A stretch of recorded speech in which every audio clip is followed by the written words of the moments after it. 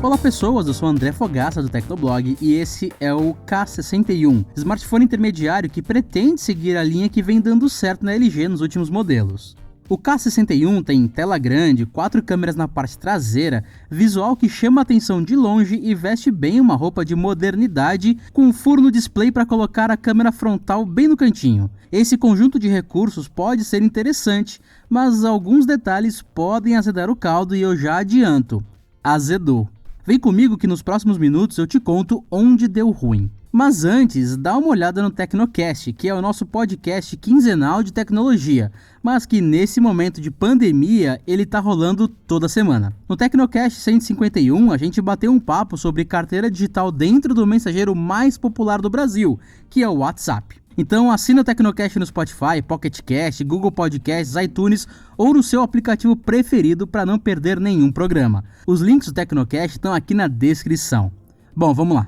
O K61 segue o bom caminho que a LG trilhou na geração passada dos seus intermediários, ao menos na parte visual. Ele continua com boa aparência, coloca brilho e reflexos em muitos pontos do aparelho que imitam muito bem o material mais caro, como na traseira, que é de plástico e com excepcional semelhança com o vidro. A boa apresentação em plástico não chega a ser um problema em um intermediário em pleno 2020. Um detalhe que chama a atenção é a presença de um botão que trabalha para chamar o Google Assistente. É uma adição bem bacana e ajuda o usuário que precisa de mais acesso ao assistente pessoal, deixando o chamado por OK Google de lado, mas nos meus testes iniciais ele passou uma impressão diferente. O botão funcionou, mas como o botão errado que eu apertava quando tentava baixar o volume ou capturar a tela.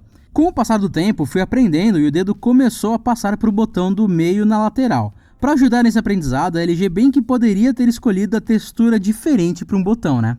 A conexão USB é USB-C e a entrada para fone de ouvido continua viva, o que é ponto positivo em momentos de morte desse plug. Outro acerto da LG é a bandeja tripla que acomoda perfeitamente 2 SIM cards e um cartão microSD. Por dentro, o aparelho conta com espaço de 128 GB e isso é mais do que o suficiente para a grande maioria das pessoas, mas ter a opção de colocar cartão de memória é sempre positivo.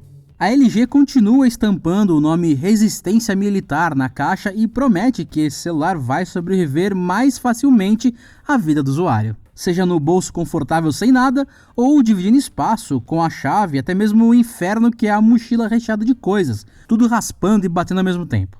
Mas um detalhe deixa claro que a resistência militar não torna o celular indestrutível. Ele vem com uma capinha na caixa, daquela simples de silicone e que serve bem o propósito. Por fim, um leitor de impressões digitais está na parte traseira. Ele é veloz, como quase todo leitor que está nesse lugar, mas eu senti que o sensor poderia estar mais para baixo.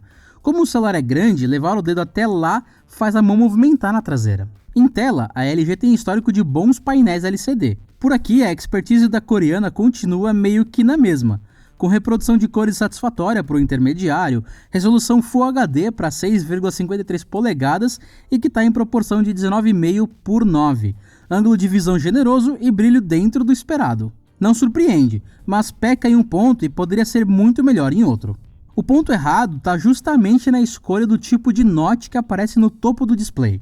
Eu costumo preferir esse tipo de furo no lugar de um bigode que a LG vem utilizando nos modelos mais antigos. Mas por aqui o fim da tela está muito próximo de um dos cantos do furo para a câmera. Além de dar uma sensação de curva errada, existe uma espécie de aura escurecida que fica no entorno do note. Parece uma falha de iluminação e isso é mais notado em imagens brancas. A tela poderia ser melhor. A LG optou por um painel IPS LCD, enquanto a Samsung, por exemplo, já utiliza telas AMOLED em praticamente toda a linha de intermediários, partindo do Galaxy A30. Telas AMOLED são superiores ao LCD na saturação e na leitura em ambientes ensolarados. Seria legal o K61 com AMOLED ou OLED? Seria. Fechando a parte de multimídia, fica uma ressalva para a caixa de som. O falante não é bom e ama de paixão os agudos. Eu bem sei que o alto-falante de smartphone não tem espaço suficiente para soar bem, mas o K61 toca músicas como se fosse um radinho de pilha do seu avô. Plugando um fone de ouvido é possível ligar o modo DTS X 3D Surround, que melhora um tanto de vários nadas no fone que vem junto do celular. Na verdade, ele piorou o som, aumentando as ondas médias quando tentei colocar um fone grande, over-ear. Se na tela ele escorregou, mas levantou e continuou andando, no desempenho o K61 desanima bastante. A LG escolheu um chip MediaTek, que é um LP35 que roda 8 núcleos com a ajuda de 4 GB de RAM e uma GPU PowerVR GE8320. São ótimos números na parte do marketing, tanto que tudo isso está impresso na caixa do aparelho, mas no cotidiano o resultado é um dos piores que eu já vi em um intermediário, pior ainda por ser o intermediário mais caro que a LG tem. Encontrar quedas no desempenho não é uma tarefa complicada. Basta ligar o celular e puxar a área de notificações para ver esse ponto correndo longe de onde o dedo tá. Dar uma corrida na timeline do Twitter é ver engasgos. No Facebook também, só que com soluços mais acentuados e tudo isso com apenas o aplicativo de cada rede social aberto, sem nada no fundo. Uma situação ainda pior aparece quando qualquer aplicativo recebe uma atualização pela Play Store. É ver o ícone de app atualizando para esse cenário de engasgos piorar ainda mais. O celular vira uma carroça com cavalo mancando. Esse poderia muito bem ser o desempenho de um celular simples, de entrada e que não custa 4 dígitos, mas o K61 é o mais caro e potente intermediário que o seu dinheiro pode comprar dentro da LG. Não deveria ser assim. Em jogos a situação melhora, mas não tanto. Eu testei Asphalt 9, que rodou com os gráficos no mínimo, com muito serrilhado e com poucos detalhes, com queda frequente na taxa de quadros por segundo. Travamentos aconteceram e não foram raros não. Call of Duty Mobile conseguiu desempenho melhor, mantendo os gráficos no mínimo possível e que eram a única escolha dentro dos ajustes do game. PUBG conseguiu resultado pouco melhor, sem quedas bruscas no desempenho, mas com aquele soluço aqui e ali, principalmente no momento com mais jogadores na frente do seu, no meio de um tiroteio. Assim como aconteceu nos outros games, nesse as configurações gráficas ficaram nas mais simples, que é como deve seguir o K61 em praticamente qualquer jogo mais pesado. Isso significa que ele é ruim para jogos? É isso mesmo, mas não que rodar algo mais simples seja impossível. Um Candy Crush da vida vai bem, roda bonito. Se no desempenho o K61 não é um primor, no software que roda abaixo da tela existe um misto de evolução e problema. A evolução está na interface da LG, que refinou alguns ícones e passou até mesmo a deixar todos os ajustes listados logo de cara, mudando aquele visual separado em abas por tipo de configuração.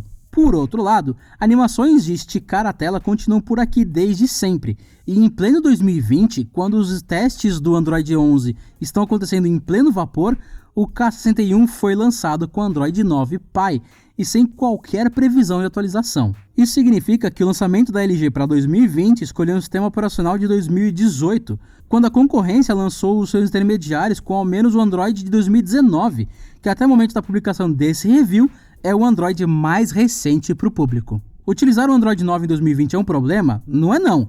Praticamente qualquer aplicativo vai rodar e o Play Services entrega algumas novidades por fora de um firmware novo, mas passa a sensação de descaso, de que a linha K não é importante. Isso não é bom. Ok, se no desempenho o K61 não brilha, nas fotos ele faz isso, né? Não, mas ao menos por aqui ele não é ruim, só não se sobressai mesmo.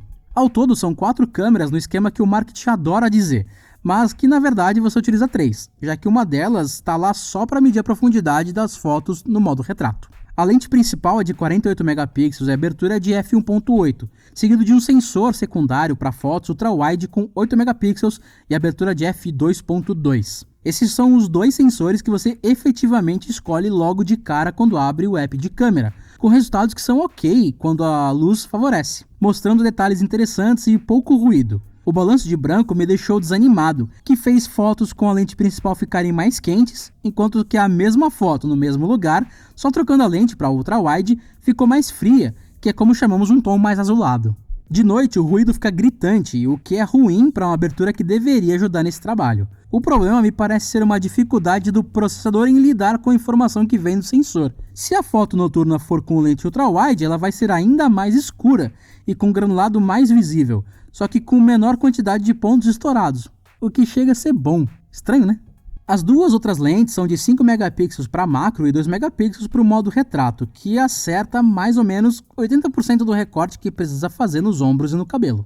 O macro fica perto, mais ou menos, já que o foco acontece de forma fixa apenas em 4 centímetros de distância. Também me incomodou o acesso até o modo macro, que está num ícone escondido dentro de uma opção chamada Mais dentro do app de câmera. Eu tenho certeza que a maioria das pessoas vai tirar foto com a lente normal achando que é macro. Na parte da frente, as selfies podem ser feitas com a câmera de 16 megapixels, que faz bem o trabalho de fazer até mesmo o modo retrato com só uma lente. A qualidade segue basicamente o mesmo das outras lentes. Fotos boas com muita luz e granuladas em ambientes mais escuros.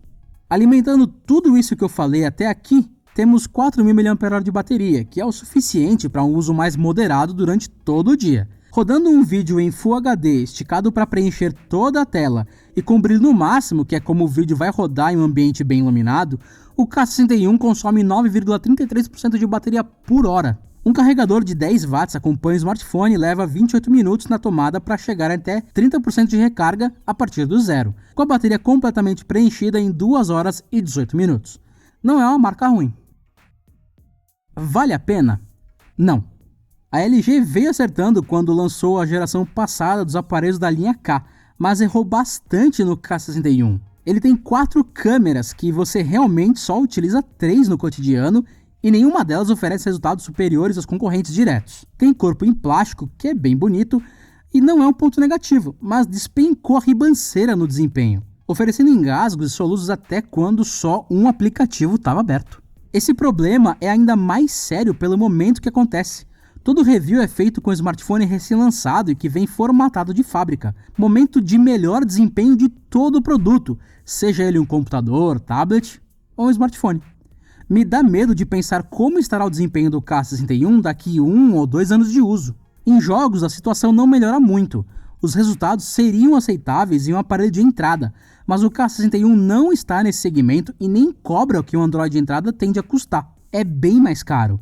Tudo isso com o Android 9 Pie de 2018, em pleno 2020, sem sequer dizer quando e se será atualizado. Seus concorrentes diretos são o Moto G8 Plus Galaxy M31 e um pouquinho acima no preço chega no Galaxy A31. O Moto G8 Plus oferece câmeras melhores, desempenho superior e Android mais recente, cobrando menos. O mesmo acontece com os 2 modelos da Samsung, que conseguem entregar até mais bateria.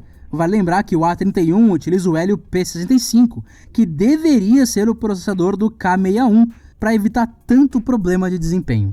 Todos esses celulares são melhores e com valor muito próximo do que cobra a LG pelo K61. Por R$ 1.900 fica impossível recomendar o K61 para qualquer pessoa. Se você ainda assim quer um LG, a minha dica é esperar pelo menos 6 meses depois do lançamento para ver como fica o preço. Aparelhos da LG depreciam muito rapidamente e o K61 só faz sentido se ele custar perto de R$ 1.200 ou menos. E aí, curtiu? Tem um K61 em casa ou pretende comprar um? Comenta lá na tab Comunidade, em comunidade.tecnoblog.net, que tem bastante gente bacana discutindo sobre literalmente tudo de tecnologia. Aproveita para dar um like e se você só acompanha os vídeos pelo site, assine o nosso canal no YouTube para ser avisado sempre que um vídeo novo aparecer por aqui. Eu sou André Fogaça e nos vemos na próxima. Tchau!